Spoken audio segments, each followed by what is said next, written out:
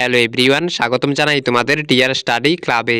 তোমরা এতদিন ধরে যে চাকরির জন্য তোমরা অপেক্ষা করেছিলে যে তোমাদের স্পেশাল এক্সিকিউটিভ কবে নিয়োগ প্রক্রিয়া শুরু হবে, ত্রিপুরা পুলিশ কনস্টেবলের নিয়োগ প্রক্রিয়াই বা কবে শুরু হবে, তো অবশেষে মাননীয় মুখ্যমন্ত্রী নিজ বক্তব্যে এটা স্পষ্ট বলে দিয়েছেন যে খুব শীঘ্রই তোমাদের নিয়োগ প্রক্রিয়া শুরু হচ্ছে ত্রিপুরা স্পেশাল এক্সিকিউটিভ এবং ত্রিপুরা পুলিশ কনস্টেবল।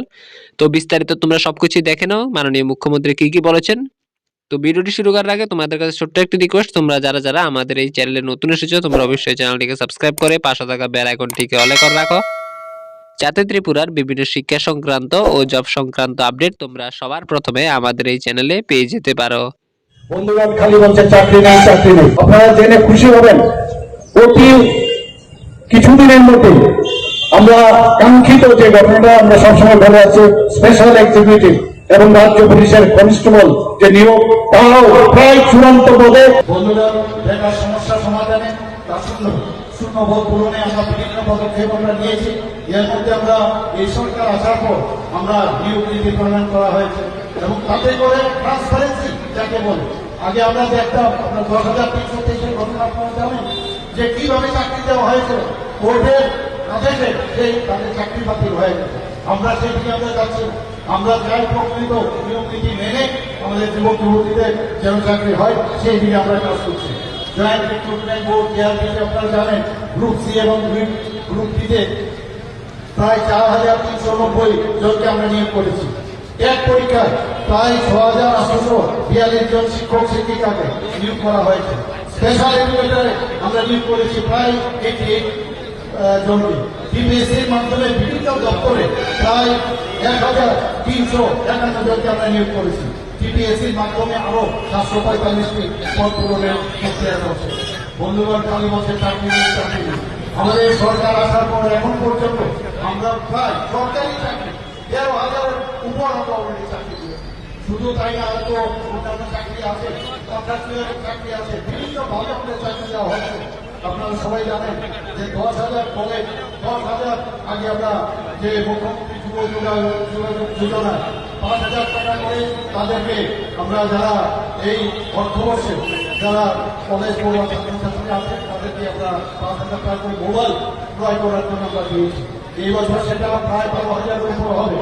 বন্ধুগণ, কিছুদিন আগে সিএম সাহেব প্রকল্প আমরা চালু করেছি।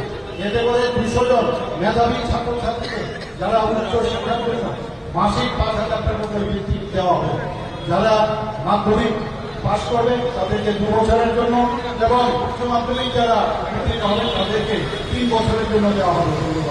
রাজ্য সরকার যেটা কিছুদিন আগে আপনারা শুনেছেন, আমরা ডাটা সেন্টার এখানে স্থাপন করছি, তাতে করে যুবশক্তি অনেক কর্মদক্ষতা সেখানে বাড়বে। কিছুদিন আগে ডিপিএসসির মাধ্যমে 30 জন টিসিএস এবং 10 জন টিপিএস অফিসার নিয়োগ করা হয়েছে। এই নিয়োগ প্রক্রিয়া যাতে প্রতি বছর হয় সেই বিষয়ে আমরা কাজ করছি। এর মধ্যে আপনারা দেখেছেন যে বিধানসভার মধ্যে আমরা বলেছিলাম যে 100 জন মেধাবী কন্যা সন্তানকে ছুটি দেওয়া হবে। সেটা এর মধ্যে আপনারা দেখবেন সেই 100টা মেধাবী যারা স্টুডেন্ট যারা পাস করছে বা পড়াশোনা করছে তাদেরকে আমরা সেই 100টা ছুটি আমরা প্রদান করব। বন্ধুগণ, টিএসআর ও ত্রিপুরা পুলিশের জওয়ানদের জন্য যেসব পানি ও বেস অ্যালাউন্স বৃদ্ধি করা হয়েছে আপনারা দেখেছেন।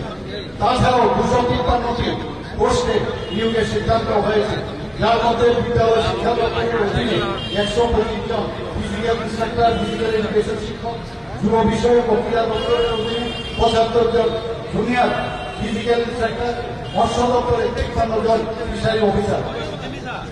আমাদের সরকার যুব সম্প্রদায়কে যাতে আমরা কাজও দিতে পারি এবং অন্যান্য যাদের এন্টারপ্রেনারশিপ ব্যবস্থা হয় তার জন্য আমরা কাজ করছি। পিএম জনমত প্রকল্পে রাজ্যের 4টি জেলায় 6টি ব্লকে 10টি জনজাতি ছাত্রাবাসে ব্রিটিশ খবর কিছুদিন আগে আপনারা দেখেছেন, সেটা আমরা করেছি। 4টি রয়েছে ছাত্রীদের জন্য এবং 6টি রয়েছে ছাত্রদের জন্য। রাজ্য সরকার সম্প্রতি কর্মচারীদের 5% দিয়ে প্রদান করা হয়েছে। গত 29 মাসে রাজ্য সরকার 27% আমরা দিয়ে সরকারি কর্মচারীদের দিয়েছি। তার আগে আমাদের সরকার আসার পর 3% নিয়ে প্রায় 30% আমরা দিয়েছি। আগে বিয়ের জন্য রাস্তায় দিতে হবে এই ধরনের ঘটনা আমরা দেখতাম। এখন বলার আগে আমরা দিয়ে দিচ্ছি। বন্ধুগণ, আপনারা তাকে জানেন যে আমাদের স্বাস্থ্য পরিকাঠামো ত্রিপুরাতে এখন কোন জায়গায় চলে গেছে। নটা সুপার স্পেশালিটি আমাদের এখানে ডিপার্টমেন্ট শুরু হয়েছে। বিভিন্ন জায়গায় আমাদের বিভিন্ন ডিস্ট্রিক্টে ট্রমা সেন্টার খুলেছি আমরা। এখানে আমাদের ডাক্তারবাবু আছেন, উনি জানেন যে একটা যখন কোনো ইনস্টিটিউশন এই ধরনের স্পেশালিটি থাকে তাহলে তার মানদণ্ড কোন জায়গায় আছে, সেইভাবে ডাক্তারদের ব্যবস্থা আমরা করেছি। আপনারা জেনে খুশি হবেন, প্রতি কিছুদিনের মধ্যে আমরা কাঙ্ক্ষিত যে ঘটনাটা আমরা সবসময় বলে আছি, স্পেশাল এক্সিকিউটিভ এবং রাজ্য পুলিশের কনস্টেবল যে নিয়োগ, তাও প্রায় চূড়ান্ত পদে কিছুদিনের মধ্যে তার খবর আপনারা পাবেন। আজকে জমায়েতে অনেক বোনেরা আছেন এখানে। আমরা জানি আমাদের প্রধানমন্ত্রী সবসময় বলেন যে নারী শক্তি ক্ষমতায় আমাদের দরকার। আমাদের এই সরকার আসার পর 33% নারীদের জন্য, মহিলাদের জন্য আমরা সক্ষম আমরা সংরক্ষণ রেখেছি। আপনারা জানেন প্রধানমন্ত্রী ত্রিপুরা গ্রামীণ জীবিকা মিশন সহায়ক দলগুলোকে লাখ কোটি টাকা তৈরির জন্য চেষ্টা করছে। সমস্ত জায়গায় গ্রাম শহর সব জায়গায় সামাজিক অর্থনৈতিক যে উন্নয়ন সেটা আমরা করছি। ত্রিপুরাতে এখন পর্যন্ত প্রায় 83,000 লাখ কোটি চিঠি আমরা অলরেডি তৈরি হয়ে গেছে। বন্ধুগণ, TRLM, QLM এর মাধ্যমে গ্রাম ও শহর এলাকায় যুব শক্তি আত্মনির্ভরশীল হয়ে উঠছে। ভোকাল ফর লোকাল প্রধানমন্ত্রী যেটা বলেন সবসময় সেই দিকে আমরা কাজ করছি। আমরা এখানে যে উদ্দেশ্যে আজকের আমাদের যে ডিএডিকশন, তার জন্য ডিএডিকশন সেন্টার আমরা ত্রিপুরাতে করছি। প্রায় 200 কোটি টাকা বিশ্লেষণ যে আসলেও আমার কাছে একটা ফাইল এসছে এবং সেখানে আমরা সেখানে ভিত্তিপ্রস্তর স্থাপনের জন্য বিশ্রাম করছি। প্রায় 200 কোটি টাকা দিয়ে আমাদের ডোনার নম্বর সেখানে সেন্সর করেছে, সেটাও আমরা কিছুদিনের মধ্যে আমরা করছি। বিজেপি মানে গ্যারান্টি, মানে প্রধানমন্ত্রী মানে গ্যারান্টি, এবং মানুষ সেটা খুব ভালো করেই জানে। এর মধ্যে আমরা দেখেছেন যে কংগ্রেস এবং বিরোধী দলগুলো হেরে গেলে ইভিএম এর চেষ্টা।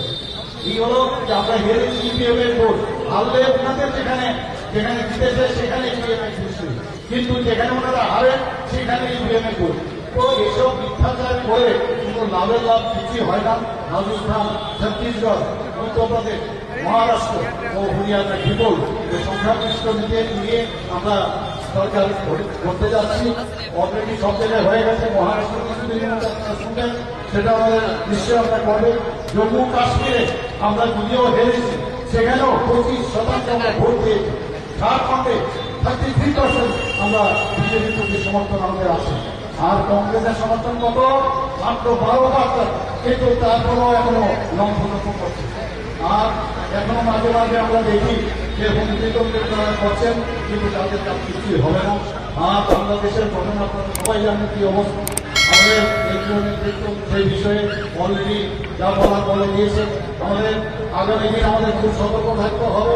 এবং অত্যন্ত আশ্চর্যের বিষয় যে যখন কংগ্রেস, সিরিয়া, গাজা ও ইরাক সেই বিষয়ে কোনো সারাক্ষণ ধরে কংগ্রেস মিটিং করে, কিন্তু বাংলাদেশে কোনো ঘটনা হলো তখন কিন্তু তাদের রাজ অদ্ভুত এই পার্টি। বন্ধুগণ, যাই হোক, আমরা সবাই আজকে এখানে ভাইরা এখানে এসছে। আমি সবাইকে হার্দিক অভিনন্দন, শুভেচ্ছা জানাচ্ছি। এক ত্রিপুরা শ্রেষ্ঠ আমরা নিশ্চয়ই আমরা গর্বাগামী, কিন্তু সেটা তখনই সম্ভব হবে যখন আপনাদের সংগঠন আরও মজবুত হবে।